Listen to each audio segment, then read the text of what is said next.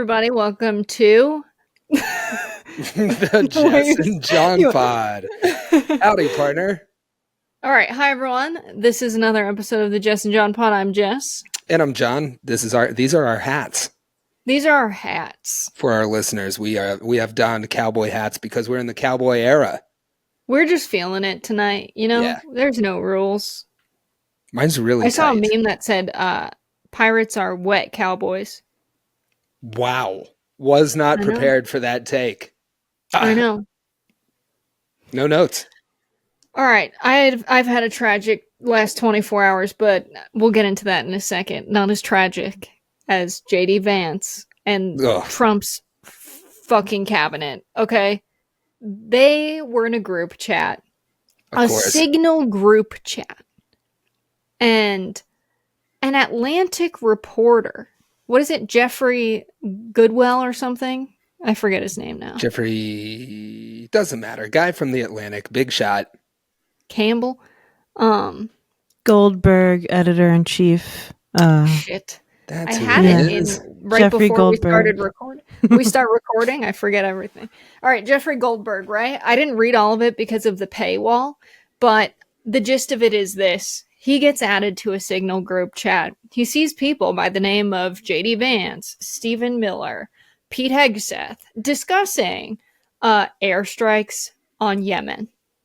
And he sees all of this, takes some screenshots, and then he gets the fuck out of that Signal group chat, right? He's like, this is a hoax, whatever. Then bombs start dropping on Yemen. And he realizes he was actually in a group chat with Trump's cabinet. And we're not going to read you all of the good stuff that's come out of that. But courtesy of our lovely producer, Gabby, we're going to read just a couple things. JD Vance at Pete Hegseth. If you think we should do it, let's go. I just hate bailing out Europe again. Let's just make sure our messaging is tight here. And if there are things we can do up front to minimize risk to Saudi oil facilities, we should do it. Should I be Pete Hegseth? Oh, yeah. Oh, do a Pete, yeah.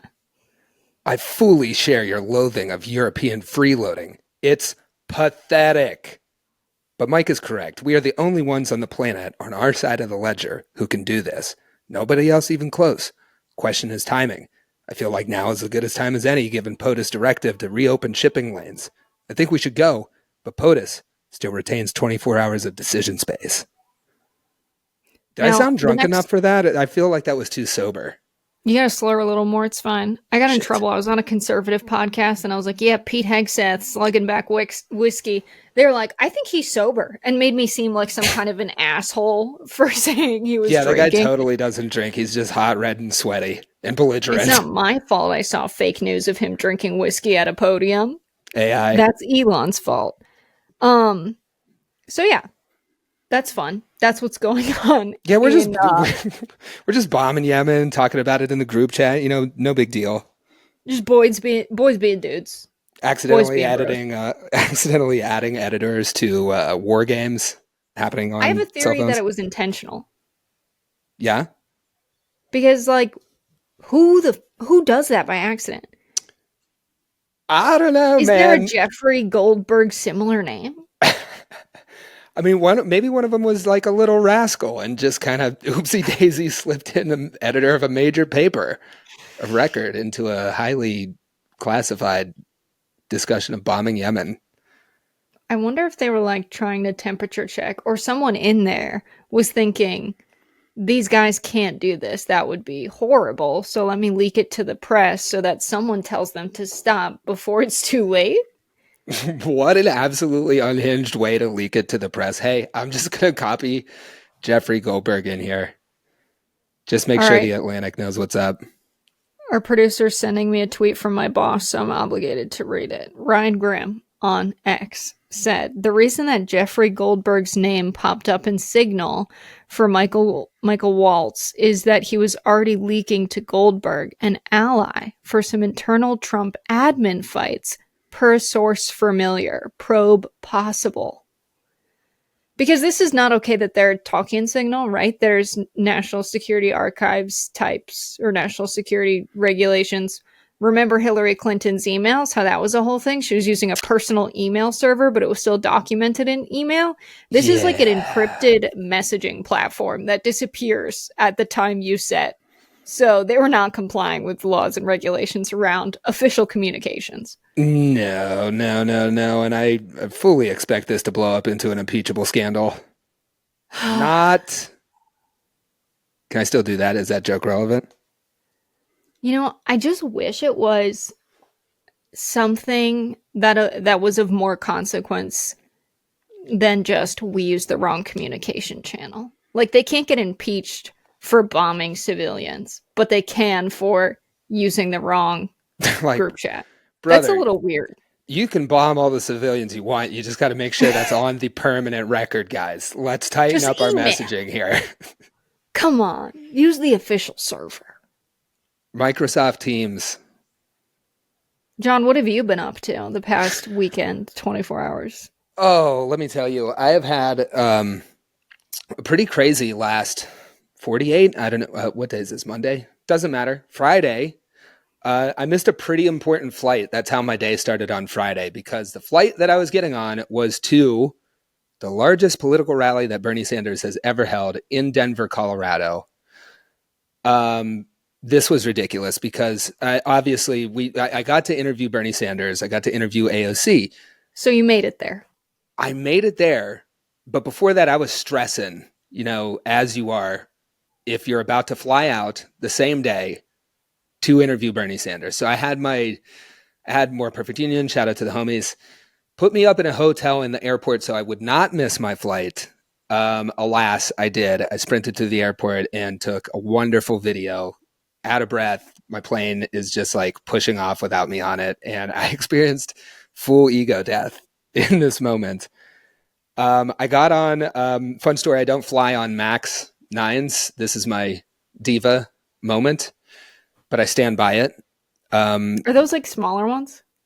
Those are the Boeing ones that a couple of them have, straight up smoked into the ground, tragically. That's not the 737? No. Yeah, so fun story. There's all kinds of plane drama actually around this Denver rally. Huh? I got word that I was going to go to it, and then as my flights were being booked, maybe you saw it on TikTok, there was a Boeing 737, the older models that smoked themselves into the ground less than the newer models, and it had flown into Denver and then caught on fire. So I was already not in a good state of mind, missed my flight, and had to get on a MAX 9. It did not smoke into the ground. I got to Denver safely. But yeah, do we want to talk about that rally? Did you all see it? It's nuts. If you haven't, you should look that up. Do we want to get into that? Let's get into the rally. Yeah, tell us how it was. It was pretty surreal. And I think the crazy thing about it is you could see the significance of it through talking to both Bernie and AOC. So this was, just to get the facts down, it was the largest political rally that Bernie Sanders has ever held. The largest rally in Denver besides Obama 08. And this was not even an election year. Half of the 34,000 people that showed up to this rally were not on Bernie's list. They were new people. And we talked to a lot of the folks in the audience, and it was a cross section of everybody. There were Hillary supporters, one of whom was like, hey, I used to be, quote unquote, bullied by the Bernie bros. And I think I was telling you this, Jessica, and you made a really good point. It's like, what is that bullying? Like bullying to have healthcare? I don't know, but that's neither here nor there. The larger point is that people from everywhere were showing up, formerly Hillary voters showing up looking for a movement that can actually counter the crazy way that shit is falling apart. Exhibit A, the group chat about bombing Yemen, right? Like what kind of movement is going to get us out of that? These rallies they're holding are drawing in everybody, former Hillary voters, libertarians. We met some of those out there, even Trump supporters who were not totally comfortable with him from the beginning. Everybody found themselves coming to one of the largest political rallies, not even an election year. Um, Major takeaways from that, it really felt like a torch was being passed from Bernie to AOC. Obviously, Bernie is not going to be running for president. He's said that a couple times. So he is in this for the reasons he's always been in this. He's been calling for a political revolution for the working class for his whole career. He's here to finish the job. And that is what was coming through in this rally. Right before we interviewed AOC, she was going to get called up to go speak. Massive amount of people standing out in front of her, and she's in a back room just kind of like closing her eyes, collecting herself. It felt like we were watching two people who, everybody thinks there's an adult in the room that has everything figured out, but sometimes even those people realize that they are at the top of a wave. They are unleashing some energy that is not going to go backward. It's got to go somewhere. And I felt like through watching Bernie and AOC, they were experiencing that in real time the same way everybody else was. I think this was a shift, nerd term here, the Overton window, right? What is like politically acceptable to talk about? I think we're seeing that shift in real time to where ideas that were once fringe, Medicare for all, free public college, all this, climate action, jobs guarantees, all of this, that is becoming mainstreamed through Bernie and AOC having such large rallies, bringing in everybody who's like agreeing on one thing here. And there's been some talk on the internet. Jessica, maybe jump in here with comments you have, but I've seen a lot of people saying, "Oh, don't trust this. This is going to be a sellout thing. We can't trust anybody who's anywhere close to the Democrats." And while I hear that, I think what's more accurate is that, AOC and Bernie, they're becoming more mainstream, and that's going to open up their left side for completely new candidates to come in here and have what they're talking about be acceptable. I don't know. Have you seen that happening on the internet? Yeah, I think it's happening everywhere. I think people realized that Trump maybe isn't the populist he originally sold as, but they want someone who is. And this idea that maybe populists can take over the Democratic Party in the same way that Donald Trump took over the Republican Party or the Tea Party took over the Republican Party, that can happen, but in a direction of economic populism that helps working people and like isn't focused on culture wars and is instead not interested at all in what regular people are doing in their interpersonal lives and not trying to take away their rights, but instead like, let's build some roads and make sure our schools are good and make sure people have good jobs and corporations are not stealing workers' wages, all of that stuff. So I think this is hopefully that. And I say that as someone outside of the Democratic Party, right? Yeah. I was a Democrat operative for maybe like 2 years. And I've been iced out. Like, I can't stress that enough. Everyone I know who is close to Bernie doesn't talk to me anymore because of my criticism of Bernie Sanders around Israel, Gaza. And also probably because of my criticism of the Democratic Party this past election cycle. I don't talk to any operative who is a Democrat. They don't fuck with me anymore. So I say They don't fuck with you. these rallies make me optimistic because I would like the Democratic Party to be that. I think that would be good for the country, even though I'm an independent and I don't plan on joining the party again. Yeah, I mean, same for me. What I'm so excited about is that the Tea Party language is also entering the mainstream coverage of these rallies. And I think that's because it's reflective of the moment that we're in. This is the Tea Party, the Dems moment right now. And I think that's dawning as these rallies, get more and more attendees. It was 10,000 the day before Denver. You got 34,000 people in Denver. And they're the only game in town that's drawing those kind of numbers and keeping it laser focused on the priorities and the real lives of working class people. So that, to me, that says politics is always messy, right? It's not going to be perfect, but like in a world that has so little to work with, like, please give us something.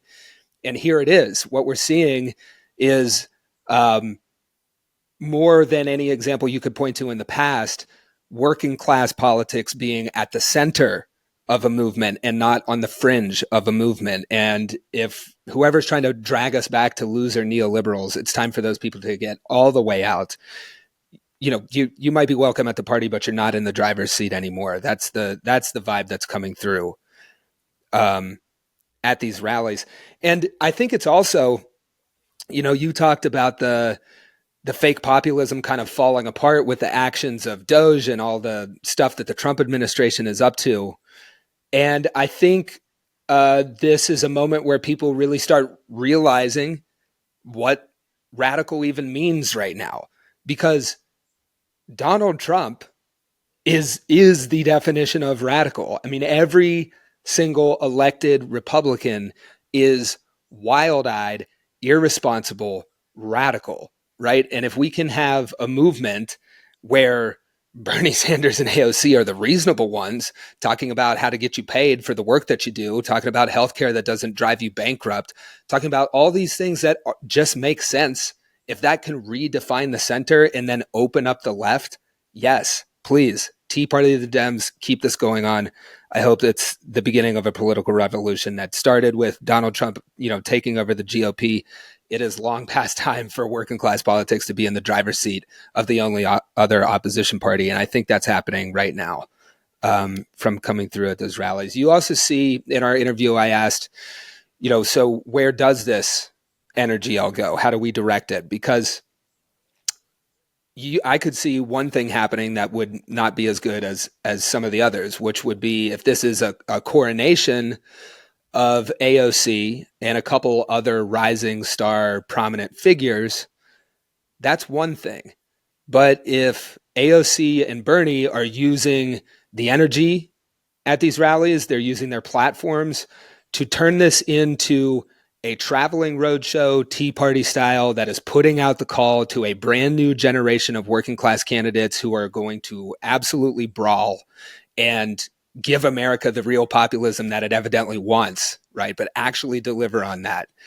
That would be much different than just a coronation or a passing of the torch to one or a handful of rising stars. And it did feel like there's potential for that. You see Bernie Sanders in the New York Times talking about you can run as an independent. You don't have to be loyal to the party that's not loyal to you, right? You can run however it makes sense. So I think they both realize that this toothpaste is not going back in the tube, that they are in a position to direct this energy. I think they're testing the bounds and norms around what that is. And to me, at least, watching this all unfold, it feels like a moment that has real potential, especially when compared to any of the other alternatives. Yeah, this is the response to Donald Trump's Commerce Secretary, Howard Lutnick, going on TV and saying that no one's mom's going to care if their Social Security payment doesn't come, something to that effect. And the ones that do care are the ones that are gaming the system in some way, is what, basically, I'm paraphrasing what he said. My parents, we had a conversation a couple weeks ago about what the administration maybe would do with Social Security.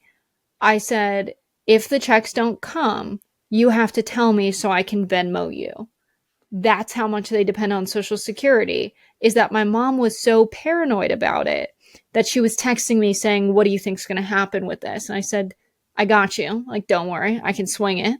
Come on, Howard Lutnick. Do you really want an America where the boomers' children are financing their lifestyle while simultaneously are economically worse off than them and trying to survive in a housing market that's more expensive, where jobs pay less and money doesn't go as far? Workers are not making as much, nor do they have pensions for their own retirement. It's just insane. The only response to that is that the people who built this country deserve the share that they worked for.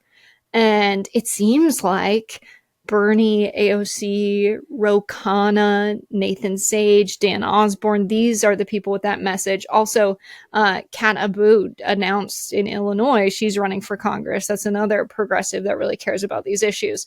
So it feels like the only option for survival with the Democratic Party is this. And it's really the only option for the survival of America and the working class. Yeah, that's the truth. So, I do want to see it turn into that. I mean, if this turns into just kind of passing the torch to already established figures, I don't think that's good. But this, my takeaway from it is that there's real potential for this to turn into that Tea Party movement, recruit those candidates. Like you mentioned, a couple are already coming out of the woodworks.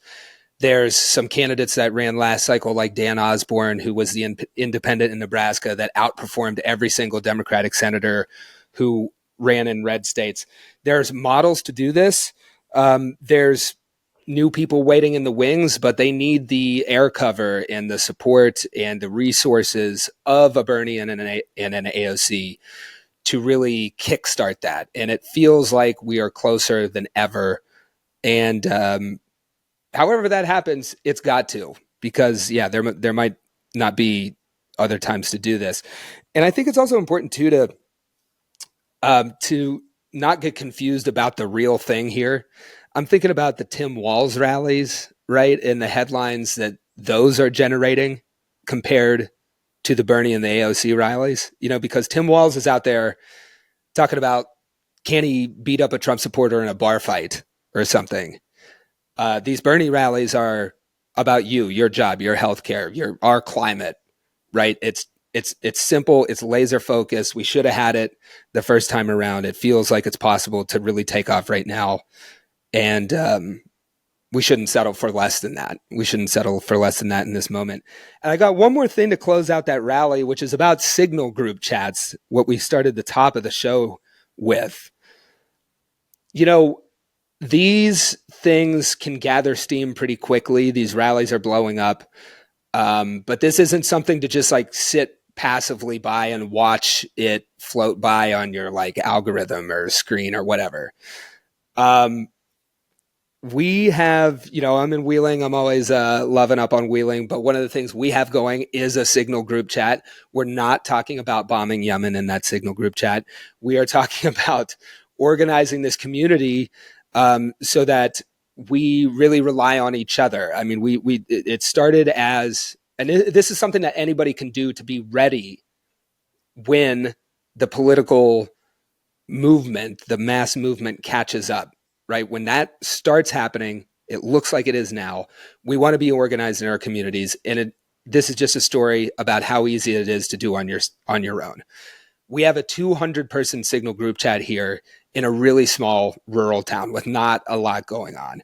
And that started as 3-4 people who were getting together, eating pizza, having a poker night, all like-minded, all progressive. And then we just started adding people to that chat, and it's now up to 200 people. There's side chats. We got a protest group that's super active, a bird watching chat, a babysitter's chat. It seems ridiculous, but I can tell you, if you just start that small action of organizing your community where you are and getting the like minds all together, making it about fun first, that can start to snowball and really get you organized and ready for a moment when this political mass movement catches up. And it feels like all of that stuff is swirling together. Yeah, I think that having community, especially political community right now, is important, but having a community in general is what you've done in Wheeling. And I don't want to sound woo woo. Don't take this as like an LA woo woo thing. My dad read a bunch of Buddhism when he got sober. And so I took an interest in it because I was like, well, if it's that powerful that like you can quit drinking after drinking heavily since age 14, like I'm gonna read this stuff. And he was reading Thich Nhat Hanh, and he talks about your sangha, which is like your community, and having people that you regularly see and care about you, and you depend on each other in your immediate life, that is spiritually essential, which is very connected to the most recent episode of White Lotus. This isn't a big spoiler, but the monk that Piper, no, the monk that Buddhism Piper is trying to live with, he's like, there's spiritual death in America. Like, there's not a community, there's not a feeling of being connected to nature or spirit in a meaningful way. And that's why he sees so many Americans going to Thailand and taking an interest in Buddhism. And so anyway, that's all to say, I think it's essential on a spiritual level, not just that, oh, we depend on each other for these things to achieve an ends of making sure our children are looked after or whatever it is. It's actually necessary for our soul and our spirit. And it's making sure those birds don't go unwatched. You know, you got to look at some birds sometimes when the shit's really coming down. You got to check out a bird in intimate detail. Onto something. Yes. Have you seen her posts? No, I haven't. I used to really be, in those posts, but what's up? On a regular basis, Marianne Williamson, who we know and love, will just, on my timeline, and I haven't seen it in a while. I don't think she's using Elon Musk's X website, but on Twitter, you would see a beautiful, colorful bird. And she would just be like, I cannot believe that nature creates such a beautiful specimen, whatever. This is real. Can you believe it? And people are just commenting back like, I can't believe it. I can't believe this is a real animal out in the world. You know what? So, hell yeah, though. I mean, seriously, at a certain point, you just reach an age where whether you buy them or somebody else buys them for you, binoculars show up in your life and you aim those bad boys at a bird and your mind is reset. And you're like, and then you go on Twitter and that's probably what she did. Somebody gave her binos, I think everybody should do it. Bald eagles are back in a big way here in Iowa. I've seen like 20 this year. And there's a problem that some kind of chemicals in the fields used here was causing their eggs to be too thin and then they would not survive. And so I'm seeing a lot. And I think the comeback plan is working because they're everywhere. That's a beautiful bird. It's a beautiful bird. I feel like a bald eagle, but it's, male pattern baldness is what is the nature of my eagledom these days. It's majestic. It's intentional and majestic. My boyfriend, I've been putting the minoxidil or whatever it's called on him. Trade secret.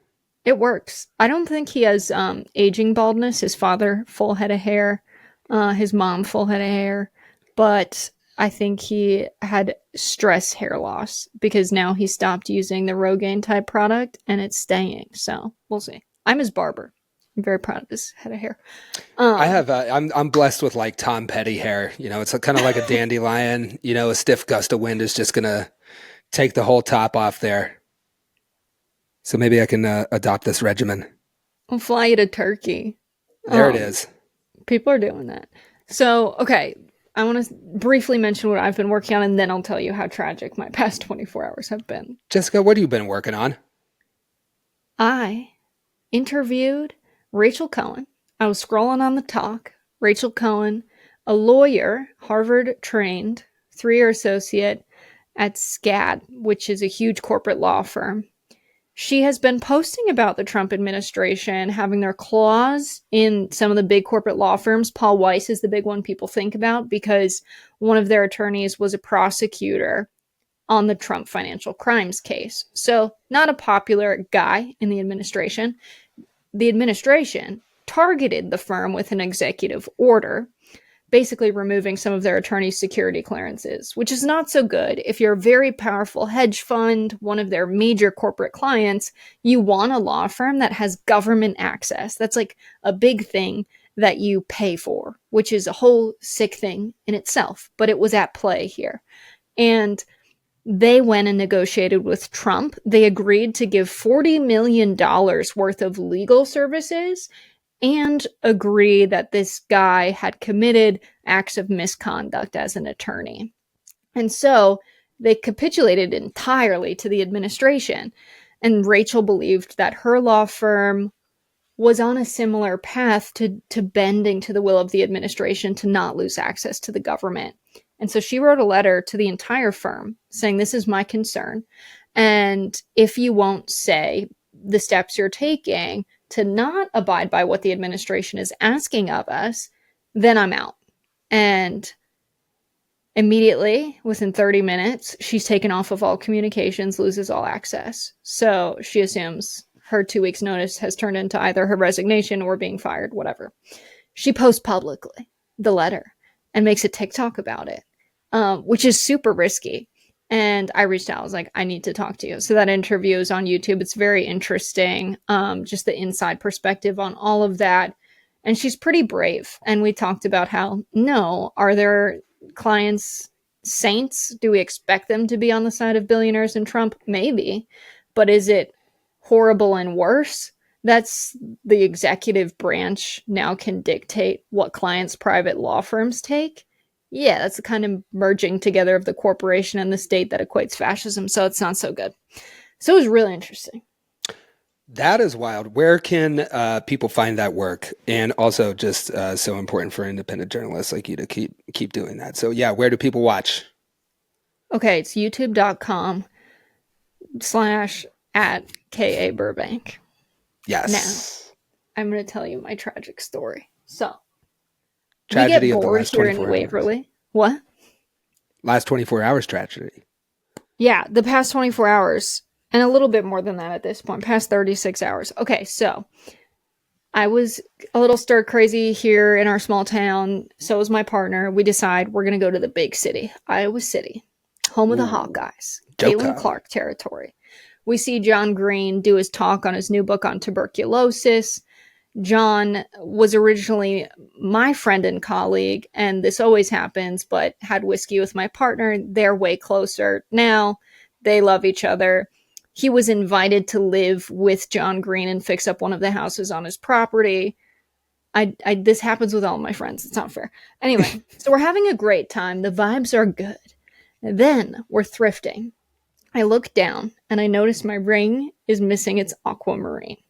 Oh no. This is not like oh, my diamond earring, Kim, there are people dying.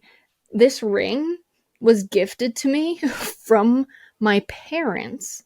It was my grandmother's, and then she died and gave it to them. And before that, it was like my dad, great aunt's, Jessica's ring. So it's been in the family for like a long ass time. So I'm horrified when I look down and I'm like, the stone is gone. And we're searching on the floor. By the way, it was given to me when I graduated college. And my parents had to pay like a sum of money because Pell Grants ran out. And there was like some tuition fees that they had to front the cash for. And they weren't going to give me my diploma, apparently, unless we fronted the money. So, with only $200 in their bank account, my parents drove to upstate New York to attend my graduation and gave me this ring because they couldn't afford an actual graduation gift. So, losing this ring, I just had this immense guilt. I'm like sobbing, and we're looking for it everywhere. And it was I found it today. So, I spent literally last night devastated. I woke up in the middle of the night and I was like, I can't believe I've done this. This is horrific. And then today, it's like noon. My partner's like, we're going to vacuum out the whole Bronco. And I'm like, all right, I'm just going to check under the seat one last time. And it was there. Oh and my so I God. have it. There it is. That's the rock. And I was like, this is the only thing that I can't replace out of all the stuff I have. This and like my favorite stuffed animal. Oh my gosh. I don't know if I have a possession in my life. Maybe right into the show. Are these possessions common? Should I get one? Does anyone have yours? A most precious stone? Precious gems are a part of my life that hasn't really materialized yet. Do you know what my graduation gift was supposed to materialize? From the fun uncle. Do you have a fun uncle? I have many. It depends what kind of fun you're into, but yeah. Yeah, it's a real choose your own fun kind of situation. Yeah, we got a couple fun uncles out there, but mine was like, listen, if you graduate, I got a gift for you. It's a 91 Volvo station wagon, white in color, brown leather interior, piece of crap. but it's all yours. All you got to do is graduate college. And I graduated college, and I was like, where's that Volvo at? And he was like, I sold it, brother. I'm so sorry. And I've never really, that's a tragedy that extends for me much longer than 24 hours. Yeah. Uncle Mike, if you're listening, I need a Volvo right now. You're like, why did I go to college in this economy then, Uncle? What the hell? Right? He also lent me some like sandals that I think he took back. My fun uncle is a Trump supporter, and he had an Alexa device, a listening device, and it kept recommending ads of things he talked about Yellowstone with his friends, and then it was recommending Yellowstone, one of the most popular fucking TV shows, and he's like, they're listening to us. So his solution was not to unplug the Alexa, but was to put a projector screen over where his flat screen TV is attached to the wall. And instead now he projects onto that screen, and that's his big solution. You see, I love that. I really love that. It's a mixing of, it's just, whatever that principle is, the Moore's law, the computers get twice as smart and half as expensive. And we're all just trying to catch up in that world. And it leads to a lot of really Rube Goldberg solutions like that, and I'm just like, fly, America. We're going into the brave unknown. They got to, you see the Boston Dynamics robots, though? That shit's got to stop. Yeah, I don't like the way they move. No, iRobot was one of the scariest movies I've ever seen. Yeah, once again, it's like, you can do something, but should you? I think Boston Dynamics is where I draw the line. Yeah. Yep. Everyone who is an engineer or science major needs to take an ethics class, probably multiple. Very fundamental, that they just sit for a while and think about it. Yeah, I mean, we could make them silly also, but like, why aren't we doing that? I don't know. These things don't have to be like agile and warrior status. They could just be like kind of dumpy and hilarious. Just good physical comedians is what we need to create. Real slapstick kind of robots just tripping and bumping into shit all the time. I'd feel much better. Yeah. I would much prefer, I don't want robots to be doing comedy, though. That's tragic. Although the stand-up specials on Netflix lately, maybe a robot could do a better job. Yeah. Plug it in, get out there with a bottle of water, talk about all the things that get you canceled. Yeah. We should have our family on the pod. Like, it doesn't have to be your funkle. It could be a cousin. I think, my cousin, John, has stories.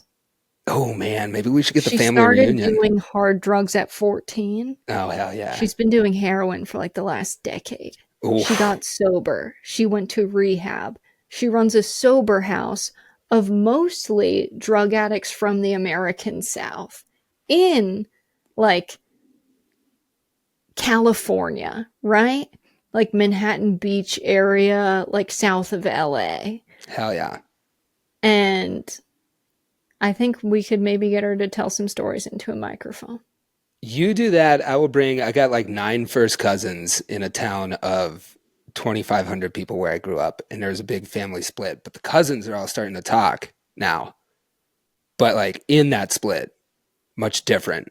Lots of difference happened there. So you convene yours. I'll get my crazy Wellsville cousins on here. Yeah, I'll bring Jen and Molly. They're sisters, and we can talk about our family split as well. Their dad and my mom stopped talking.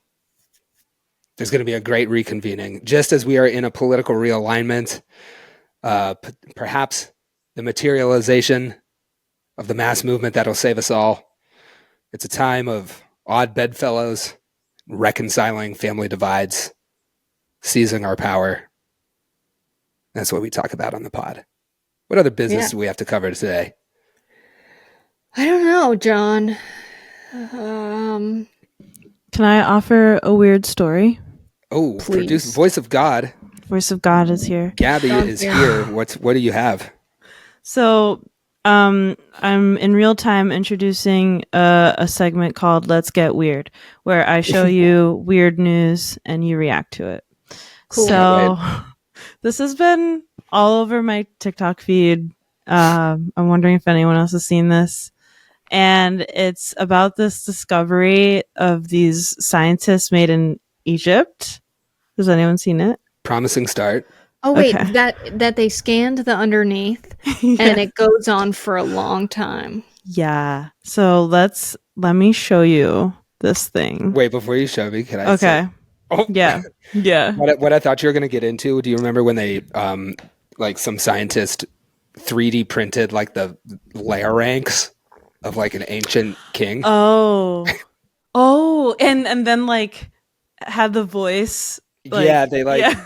they like forced Yes. air into this And it was 3D so printed weird. voice box, and it was just like, ah! Yeah.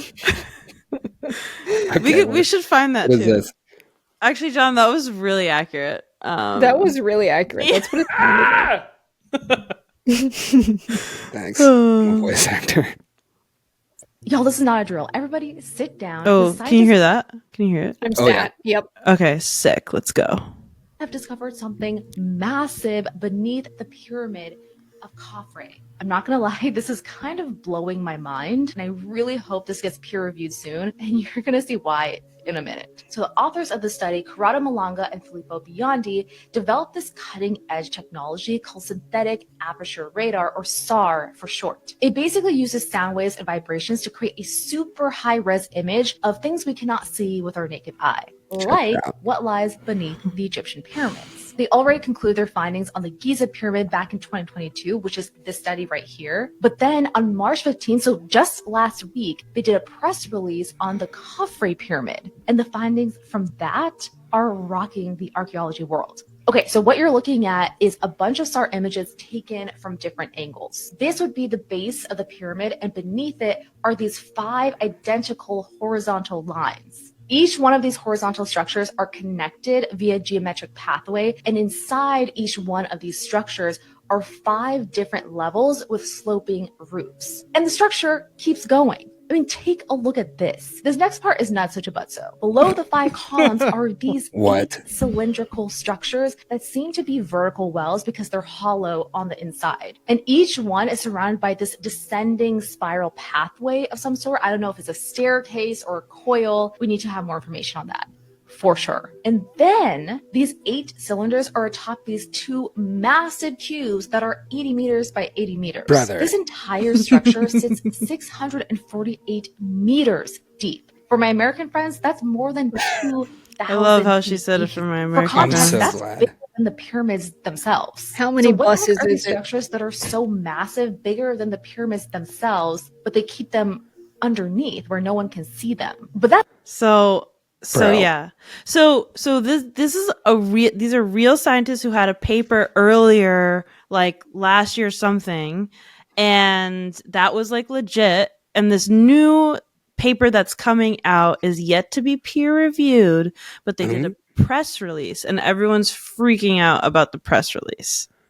So there's a Wait. bunch of shit under these giant triangles. Apparently. You're telling me we've been using ultrasound to look at babies when we could have been looking at the pyramids? Nobody thought We to could have rub been- that thing on a pyramid, see what's under it? We could have been finding dinosaur bones. I want to talk to the people with this machine and be like, let's just do a show where What you other and me, we go around, we run that thing, we show up, we're like, hey, can I use my sound machine in your backyard? We're looking for dinosaurs. And then Yeah, they you got to just take let that us to the fuck off. Masonic temple. Yeah. There's some shit under there, I know. Oh dang. Columns, staircases. Dude, I can't even get a plumber. Oh, that's the music you want. Yeah. Yeah, that's... It's great. Yo. Love TikTok. So yeah, I just want to share that with you. That was super weird. I also like, what did we not? This is going to be me achieving my full podcast bro persona.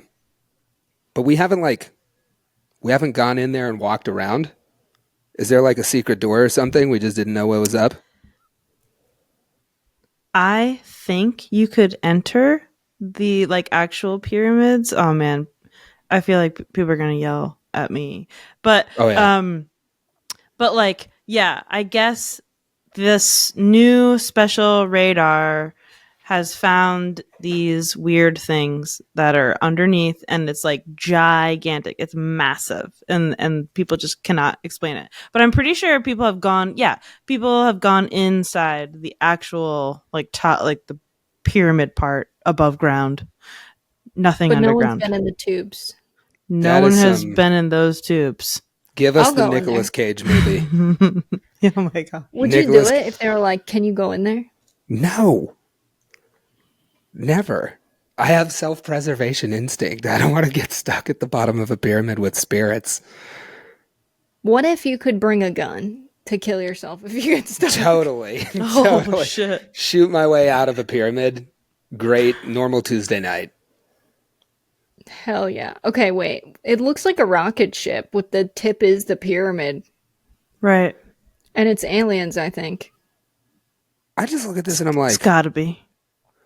how did we get such a plastic crap society when like so long ago they were building awesome stuff and now we're just like, hey, we stand on the shoulders of giants and we are standing on those shoulders to produce a chia pet of Barack Obama for $9.99 sourced with global materials Are the inferior version of based on incredible ourselves. pain. They used to make stuff out of rocks. Someone on TikTok, I never thought about this. It was a construction video. They said, how come in the United States, everything's made out of wood and paper? And people were all joking about how you could just make everything fall apart really easily in the United States. Excuse me, were these non-Americans besmirching our construction techniques? Think about Gaza. That was made out of stone. A lot of those buildings. They could, if they wanted to, America could be leveled really quick. Duh, we would be toast. The new construction, please. The Freemasons were onto something, and maybe they also are aliens who built that pyramid. What's going on with the Freemasons? Probably a ton of stuff under those buildings, man. John, you should join the Freemasons. Do you want to? Don't tempt me. And then tell us what happens. Yeah. Hi, guys. What I've been working on the last couple weeks was joining a secret society and exploring their underground tunnel network. Yeah. Do you guys want to know a fun fact about West Virginia? Yeah. Okay, if you said no, I was really going to be up shit creek there. But the Greenbrier Hotel, do you know this? No. Okay. The Greenbrier, excuse me, I had to clear my voice just to get clear on this. The Greenbrier Hotel in southern West Virginia was built as the nuclear fallout shelter for the entire United States Congress and the president. And under it, it was operating as such from like the 50s through the 90s. I don't know, kind of appropriately, West Virginia's newest senator, Jim Justice, a billionaire and a real rat bastard, bought the Greenbrier and then went bankrupt and lost the Greenbrier. But that's all beside the point. There is a nuclear fallout shelter for the president and Congress under a hotel in southern West Virginia. No longer working, but there is some conspiracy theory about where it might have gone to. They can move it? Well, there was a Boy Scout camp built in the middle of nowhere in West Virginia, and it is of epic proportion. This is a national scout camp, very large, right? But it doesn't take a ton of concrete to like build a Boy Scout camp, no matter how many Boy Scouts that you're talking there. But the word is around the state when they were building this Boy Scout camp, that it was like every concrete truck in the state, concrete shortage, it's all pouring into the Boy Scout camp. Why do they get a fallout shelter? All right, what happened to going down with the ship if you're the captain? The government should not be the first people we protect because most likely, if we're getting hit by a nuke, they're the ones that caused it with their Signal fucking group chat or something. Fucking, and we're back to the Signal group chat. No, put the Boy Scouts in there before you put our Congress, this U.S. Congress. You're going to save them in fallout? No, Listen. save the electricians and the farmers. We've got to protect the worst, most stupid people on Earth in the event of a nuclear war of their own causing. That's why we It can have makes nice no things. sense. Save the guy who developed the sonar machine, too. Put him in there. He belongs in there. List of people who should get saved first in nuclear fallout is a fun eugenics experiment that we don't need to get into, but it certainly wouldn't be the eugenics I'm saving, is all I'm going to say. JJ Nation, get out your bingo card for that fun experiment and let us know what you think. Who deserves to be saved in a nuclear apocalypse? Hey, I realized I forgot to mention this. If you want to see that... Oh, yeah. Where can they find the interview? Hard transition. We interviewed Bernie and AOC. That is going to be dropping. Check out More Perfect Union for that. And we might put out some short clips before the full video, but we're going to have a full video about all the fun that we had out in Denver. So check out More Perfect Union and anywhere that I am, because I might post about that. Hell yeah. Hell yeah. What are you about to do after this? About to go eat a pizza. I'm going to go eat. I've been buying these wafers. I'm into wafers right now. It's my thing. Like wafer the, cookies. Church basement wafer, the like Neapolitan vanilla the body strawberry. Of Christ. Oh, that's the wafer. I don't know. It's like hazelnut. Christ was hazelnut flavored. It's like a naked Kit Kat.